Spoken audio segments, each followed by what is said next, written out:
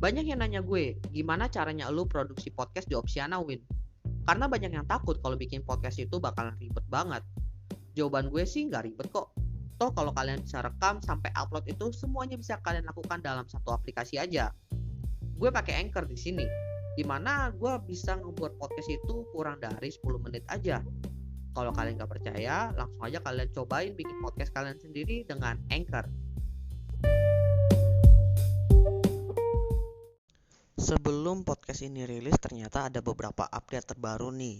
Jadi gua tambahin di akhir podcast. Jadi dengerin sampai akhir ya.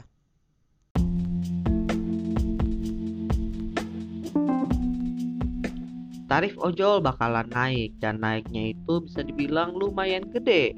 Dan hal itu pun akan diterapkan dalam waktu dekat. So, apa penyebabnya dan dampaknya itu seperti apa? Ayo kita bahas.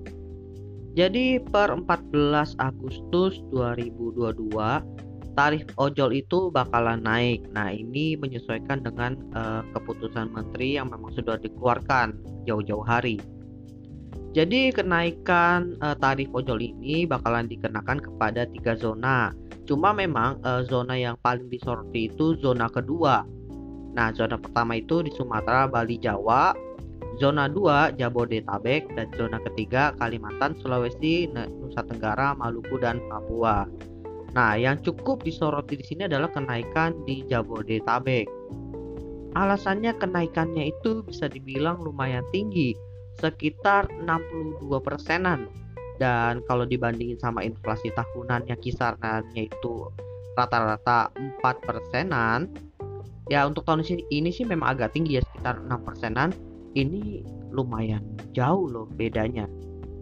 Untuk zona 1 dan zona 3 itu kenaikannya itu hanya di tarif atasnya aja.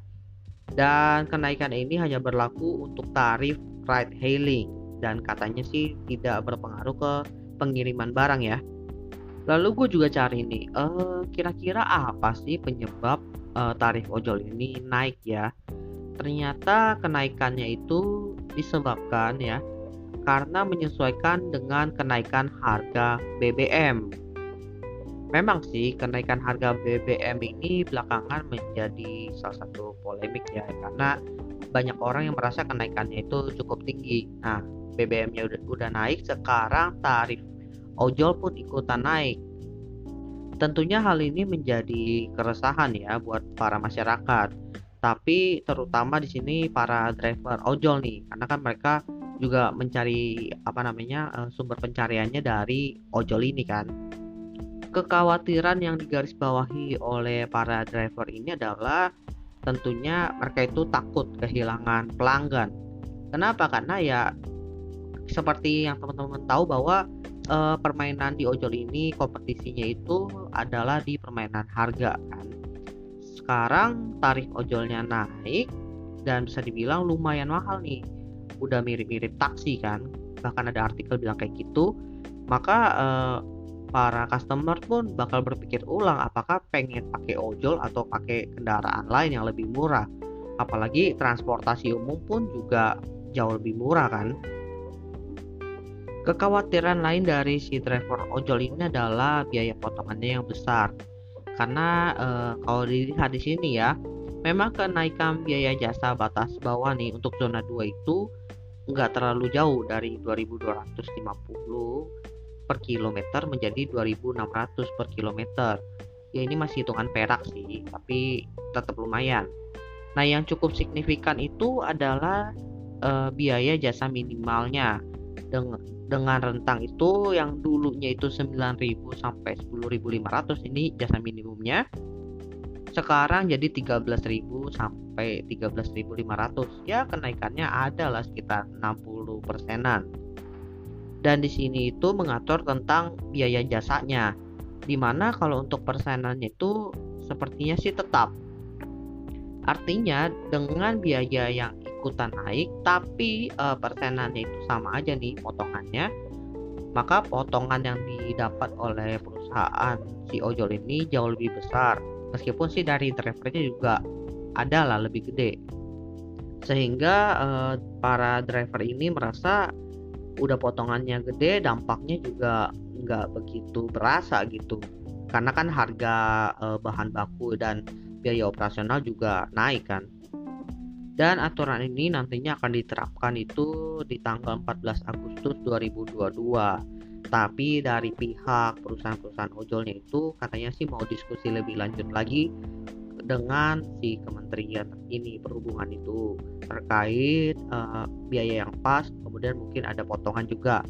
Mungkin dari potongan ada pengurangan atau penambahan itu bisa lihat nanti, dan tentunya bisa juga ditukar dengan benefit-benefit kepada si drivernya. Cuma ya itu juga masih dibilangnya masih obrolan lah, belum ada kepastian juga kan. Lalu kekhawatiran sekarang itu juga berada di sisi pelanggannya atau customernya, di mana para customer itu kan udah terbiasa nih menggunakan ojol yang kemana-mana. Dan kalau seandainya ada kenaikan harga seperti ini, tentunya dari sisi pengguna merasa cukup berat juga, karena ada kenaikan biaya juga gitu loh. Apalagi buat teman-teman yang sering ngebudgeting gitu, artinya budget untuk transportasi itu bertambah dong. Apalagi kalau transportasinya ini digunakan setiap hari, budgetnya tentunya akan jadi gede juga dong, akan ya bisa dibilang lumayan membengkak lah. Oleh karena itu tentunya para customer ini akan mencoba nih mencari cara gimana mereka itu bisa mempertahankan budgetnya seperti itu, antara naik atau mempertahankan. Kalau naik ya udah berarti tetap pakai ojol, tapi kalau mempertahankan kemungkinan akan cari cara lain, transportasi lain kah, atau mungkin minta diantar, pokoknya cara-cara untuk menahan budgetnya naik. Tapi yang menarik di sini buat gua ya, ini selaras juga nih sama kebijakan pemerintah yang pengen eh, mulai membiasakan transportasi itu beralih ke elektrik. Karena kan kenaikan ini juga pengaruhnya dari kenaikan harga BBM dong. Dan solusinya di sini adalah dengan menaikkan harganya. Tapi kalau seandainya kendaraannya itu udah berubah menjadi kendaraan listrik, artinya kan sudah tidak terpengaruh nih kepada BBM kan. Apakah nanti bakalan ada penyesuaian lagi? Apakah nanti akan turun ke harganya? Nah, ini menarik juga gitu. Karena gue juga sering sih ngobrol sama driver-driver yang udah pakai kendaraan listrik ini, dimana mereka bilang memang dari perusahaannya itu udah mulai mengarahkan nih para drivernya buat pakai kendaraan listrik, buat belilah. Sebenarnya sih masih sewa sih, belum sampai beli hak milik itu. Dan itu pun udah ada dukungan dari pemerintah juga. Bahkan ada benefit-benefit lain kalau seandainya driver itu pindah ke kendaraan listrik. Mungkin ini salah satu cara juga ya untuk mengakselerasi nih perpindahan ke arah kendaraan listrik tersebut. Ya udah naikin aja BBM. Nanti kan orang cari yang lebih murah, yaitu kendaraan listrik seperti itu. By the way, emang agak keren sih mau kendaraan listrik ini. Mungkin akan gue bahas di episode lain. So stay tune aja. Oke, gue rasa itu aja pengen gue bahas kali ini. Thank you buat teman-teman yang sudah mendengarkan. Hari ini pertanggal 15 Agustus 2022 ternyata kenaikan tarif ojol itu katanya dibatalin. Bukan dibatalin benar-benar nggak naik gitu. Lebih tepatnya diundur, dan katanya sih pengen dipakai nih waktu yang ada untuk sosialisasi ke driver dan masyarakat. Jadi ada kemungkinan besar setelah sosialisasi itu nanti ada perubahan menyesuaikan keinginan dari masyarakat dan driver. Karena ya seperti yang gue bahas di awal tadi itu, ternyata memang banyak masalahnya kalau langsung naik begitu aja. Semoga dengan tenggang waktu sosialisasi ini bisa dimanfaatkan untuk menerima aspirasi-aspirasi dari para driver juga ya. Karena ya ini menyangkut kesejahteraan hidup mereka juga. Jadi ya gue mendukung keputusan ini diundur dulu, lalu sosialisasi dan mungkin ada diskusi dulu dengan para driver, perusahaan ojolnya, dan juga masyarakat konsumennya. Ya, ditunggulah kabar baiknya.